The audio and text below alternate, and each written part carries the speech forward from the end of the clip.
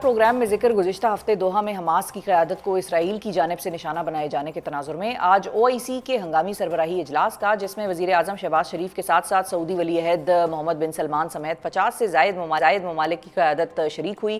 اپنے خطاب میں امیر قطر شیخ تمیم بن حماد ال ثانی نے کہا کہ اسرائیل نے انسانیت کے خلاف جرائم میں تمام حدیں پار کر دی ہیں اور گریٹر اسرائیل کا ایجنڈا عالمی امن کے لیے شدید خطرہ ہے۔ ترک صدر رجب طیب ایردوان نے اپنے خطاب میں موقف اپنایا کہ اسرائیل سمجھتا ہے کہ اس سے کوئی نہیں پوچھ سکتا اور اب اسرائیلی جارحیت ثالث کا کردار ادا کرنے والے ملک قطر تک بھی پہنچ گئی ہے۔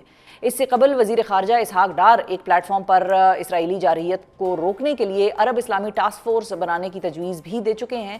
دوحہ میں ہونے والی OIC سمٹ میں سے اب نکلے گا کیا، اور اسلامی ممالک کی قیادت اس وقت کہاں کھڑی ہے، اور کیا وہ غزہ کی جنگ رکوانے کے لیے بھی کوئی کردار ادا کر سکتے ہیں، یا ان کو صرف قطر یا انڈیویجول باقی ممالک کی فکر زیادہ ہے اور غزہ کے اوپر بات جو ہے وہ اس طرح سے نہیں سامنے آ کر سکتے۔ اس حوالے سے گفتگو کرنے کے لیے ہمارے ساتھ موجود ہیں امریکہ سے بوسٹن یونیورسٹی کے ڈین ڈاکٹر عادل نجم صاحب۔ السلام علیکم ڈاکٹر صاحب۔ جی السلام علیکم۔ بہت شکریہ ڈاکٹر صاحب، آپ نے وقت نکالا۔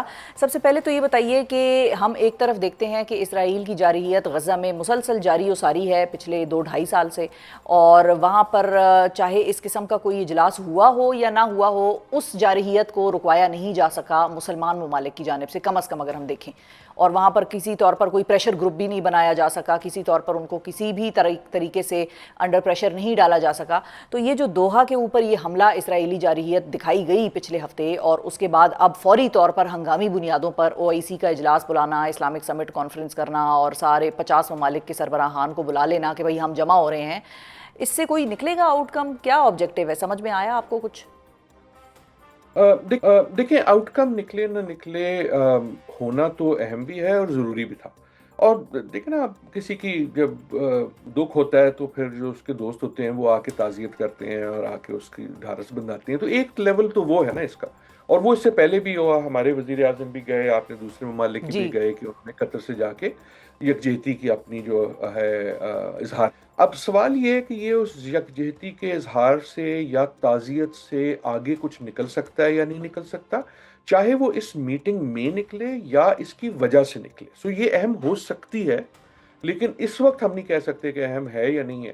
پتہ تب لگے گا پارٹلی کہ اس کا جو ریزولوشن وغیرہ ہے وہ کیا ہے، اور اس سے زیادہ کہ اس کے بعد کیا ان ممالک میں کوئی ایسے عمل ہوں گے آن دا گراؤنڈ جس کو ہم دیکھ سکیں کہ فرق پڑے۔ ایک اور بات میرے خیال میں صبح سے جب یہ دیکھ رہا تھا تو سوچ رہا تھا کہ ہم نے ان اے وے، یہ دیکھیں ہم جو مسلمان ہیں، ظاہر ہے ہمیں اس کا بہت زیادہ دکھ ہے، لیکن اس کو ہم نے جب بہت زیادہ انٹرنلائز ایز مسلمان مسئلہ بنا لیا ہے، لیکن جو غزہ میں ہو رہا ہے وہ تو انسانی مسئلہ ہے نا۔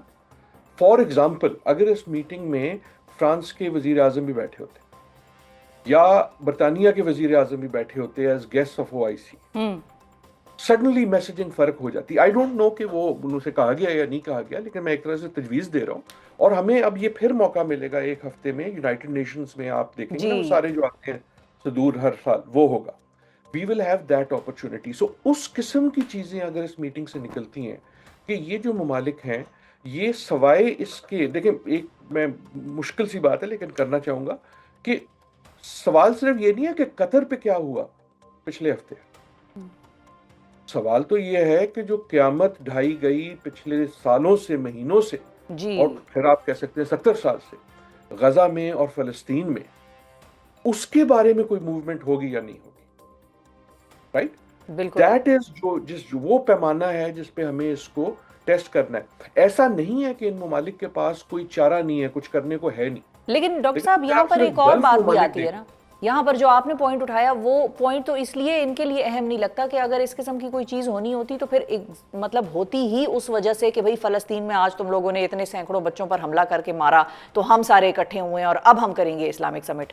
یہ تو ہوئی تب جب قطر کے اوپر حملہ ہوا، جو کہ ایک ثالث ملک ہے جس نے افغانستان میں انخلا کا موقع فراہم کیا امریکہ کو، جس نے کہ بھئی بڑا سٹیبل ہے۔ آپ کا لبریز ہوتے ہوتا ہے نا، جس طرح فرانس اور برطانیہ یا کینیڈا ہم نے دیکھا کہ وہ اسرائیل کے ساتھ کھڑے رہے اکتوبر کے بعد، پھر جب بربریت بڑھتی گئی تو کم از کم ان کے اپنے لوگوں نے ان پہ پریشر ڈالا کہ یہ اب ناقابل برداشت ہو گئی ہے۔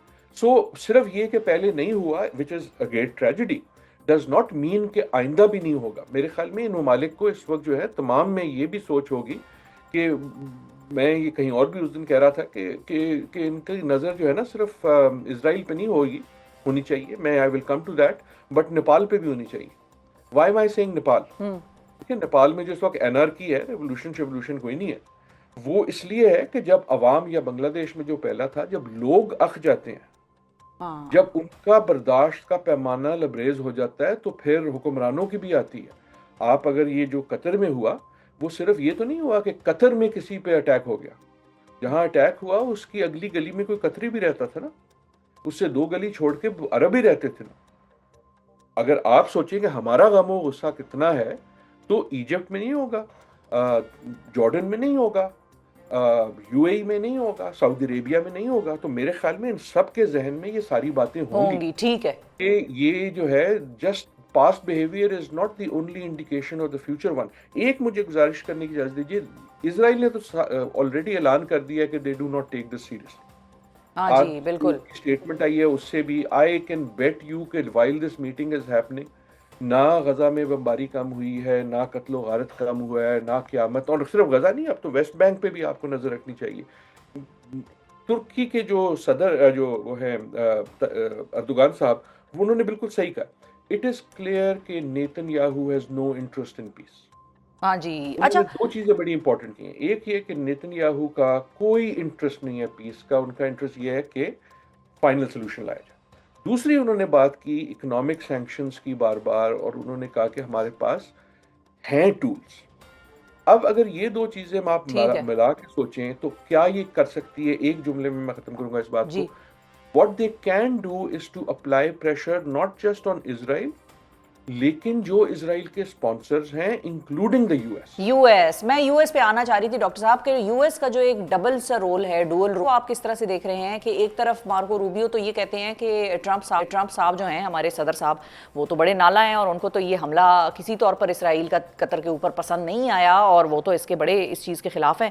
لیکن دوسری طرف جو ہے وہ معاملہ جو ہے وہ باقاعدہ طور پہ سپورٹ کر رہے ہیں. دوسری طرف یہ کہہ رہے ہیں وہ کہ ہمارے تو اسرائیل کے ساتھ تعلقات پہلے کی طرح مضبوط ہیں.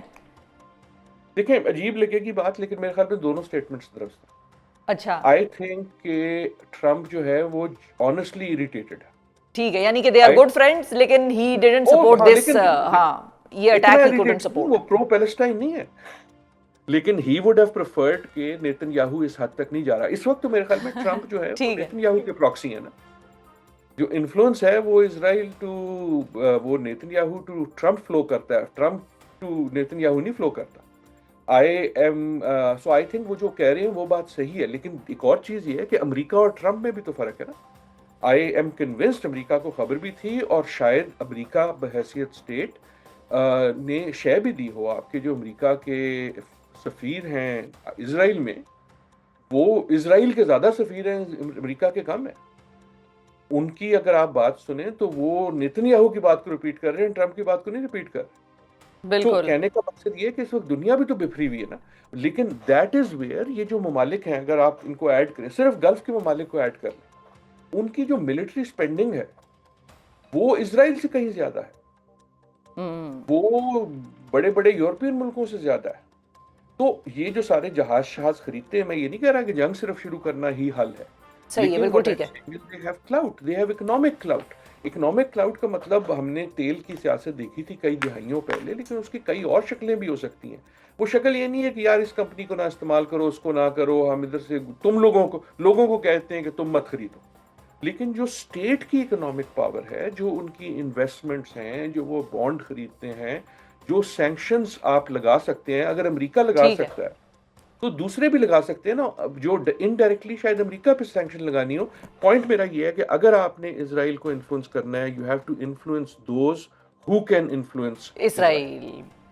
پوائنٹ ٹیکن, اور بڑا زبردست آپ نے آخر میں یہ بات کر دی. بہت شکریہ ادا کریں گے ڈاکٹر عادل نجم. ناظرین ہمارے ساتھ موجود تھے. اپنے انداز میں ڈاکٹر صاحب نے کچھ خاص اور اہم سوالات بھی اٹھائے, کچھ اہم پوائنٹس بھی ریز کیے, اور کچھ مشورے بھی دیے جو کہ عالمی دنیا کو ہوپ فلی کوئی اور اگر نہیں دے رہا تو ہمارا پروگرام اگر وہ دیکھیں گے تو ان کو شاید سمجھ میں آ جائے, یا ارباب اختیار جو پاکستان کے ہیں وہ اس پروگرام سے بھی تھوڑا سبق لے سکتے ہیں. ڈاکٹر صاحب کا بھی بڑا تجربہ ہے اور بڑے عرصے سے وہ یہی چیز دیکھ رہے ہیں, پڑھا رہے ہیں, پڑھ رہے ہیں.